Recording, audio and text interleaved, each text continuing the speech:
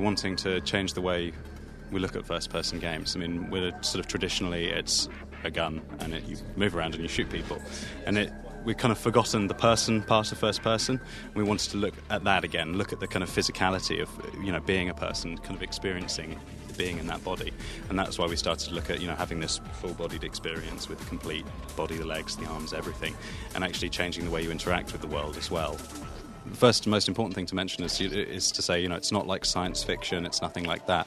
What we've basically done is we've looked at the world and we've looked at the things that are happening in the world today, and we've kind of like extrapolated them a little bit and kind of condensed them down and created our own city, our own modern urban landscape, basically. It's a nice city, it's a nice place to live, but it's very, very controlled, it's very ordered. So we're not talking 1984 here, it is a pleasant place to live and people are happy, but they've had to give up certain freedoms. And the game is kind of about one person and a group of people that didn't.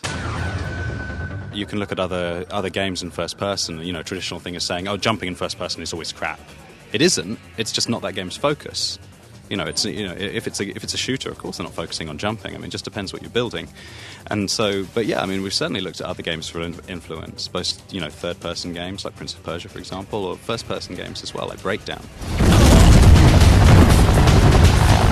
The movement itself informs the direction that we took with the look of the game as well. So, Faith has the kinds of abilities you'd expect. I mean, she can, do sort of run up walls, grab hold of them, shimmy along them, climb up, vault herself over. But the important thing with her is that her movements are momentum-based and controlled. So she can, she builds speed. It's not like 0 to 100 in a second when you push forward. You need to build and try and maintain that momentum that you're creating, and the faster you're going, the better flow you'll be able to create, and the faster you'll be able to negotiate the obstacles in the game.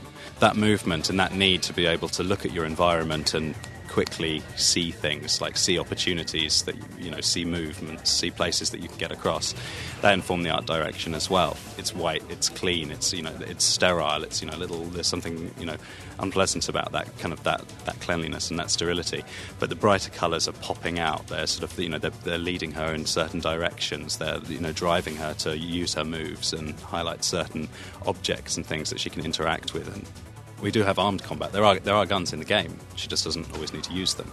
So, for example, you can disarm all of the enemies, their weapons. You can take their guns. You're limited in the number of bullets that you've got in the clip as well. So we kind of view those things more as like a kind of temporary power-up that might help you get out of a tight spot, rather than something that you're going to pick up and carry around with you, because it does impede you and your movement. And then there's obviously her melee as well, of which the disarm is one aspect, and that works in a similar way to the movement, that it's context-based. In terms of the gameplay and the structure, we don't just sort of drop you in a massive city and say off you go anywhere. It's not an open world game, but there's a lot of choice within the different routes and paths and options that are available to you within the environment itself. We don't want you stopping halfway through and saying, you know what, I'm going to deliver 10 pizzas, or some sort of random side quest. We want, it's Faith's story, the game, and we want to move you through it. We're certainly interested in getting the game into people's hands, because I think it's about feeling it. It's about feeling how it feels to play and to move and have that kind of through the character experience.